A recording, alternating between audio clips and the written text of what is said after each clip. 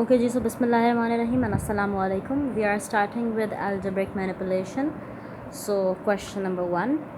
It says that in each of the cases, make the letter in bracket the subject of the formula. Okay.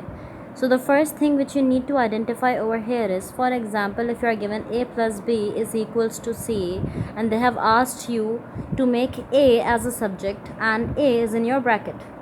A as a subject means that A needs to be alone and your equation shall be A is equals to the entire thing.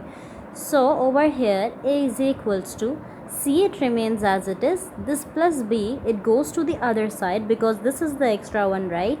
So it becomes minus B. Always remember the opposite of plus is going to be minus and vice versa.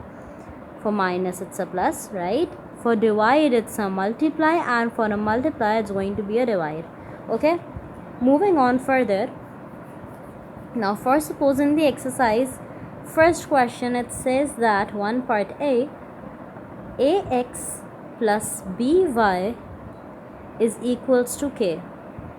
Fine. So what do I need to make over here as a subject? Y. So this is by, right? And it's already positive. The subject needs to be positive as well. Okay, so this thing also needs to be remembered. Now by, I will not remove it and I will not be putting it to the other side of the equation because it's already positive. So by remains as it is. This ax, it is going to move to the other side. So k, this ax goes to the other side, it becomes a minus ax. Agreed.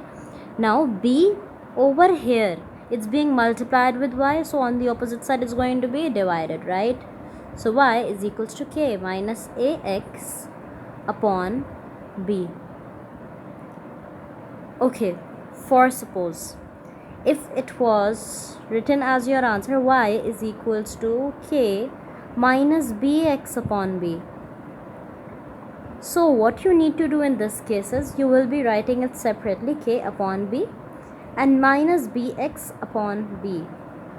B and b are going to be cancelled and you get your answer k upon b minus x. Okay, so in case of same variable in the numerator as well as the denominator, then you write it separately and simplify it. Moving on, part 2, that is your part B.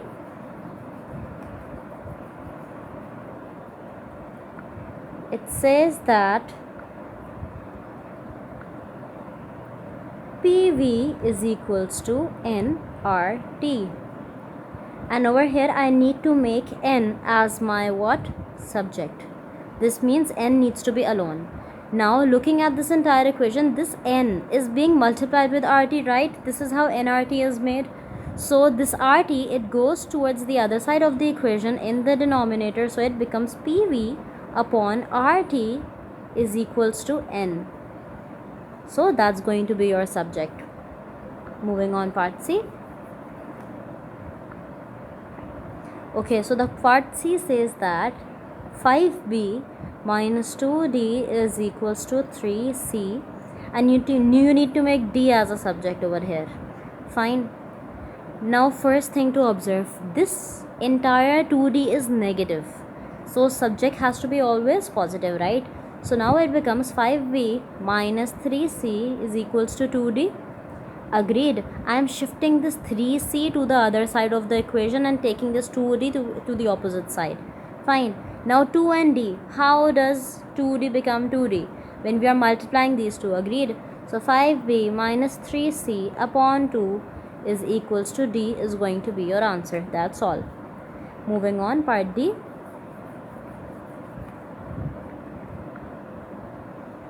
Okay, for suppose R is equals to M multiplied by A plus G is your question, and A needs to be made as your subject in this case.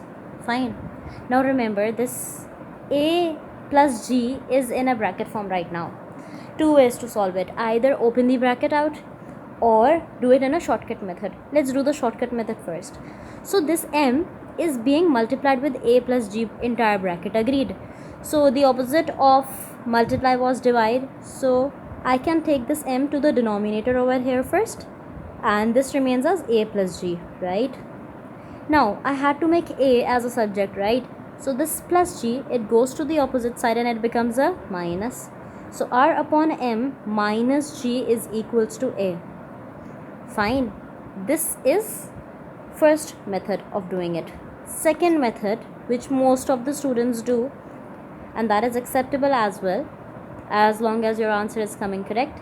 You multiply m with a and m with g. Fine. So that becomes ma plus mg. Now as you know that you had to make a as a subject, so mg is extra one out there, so I put r upon m, r minus mg is equals to ma. Fine. Now m and a are being multiplied, so the opposite side they are going to be divided, so r minus mg upon m is equals to a, right? Now this m is under r, the capital R, as well as mg also. So let's simplify it further. R minus mg upon m. So now this m could be cancelled out with this one as well.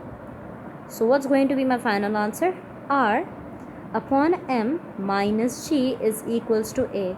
Please note that you have to simplify your answer till the end, okay?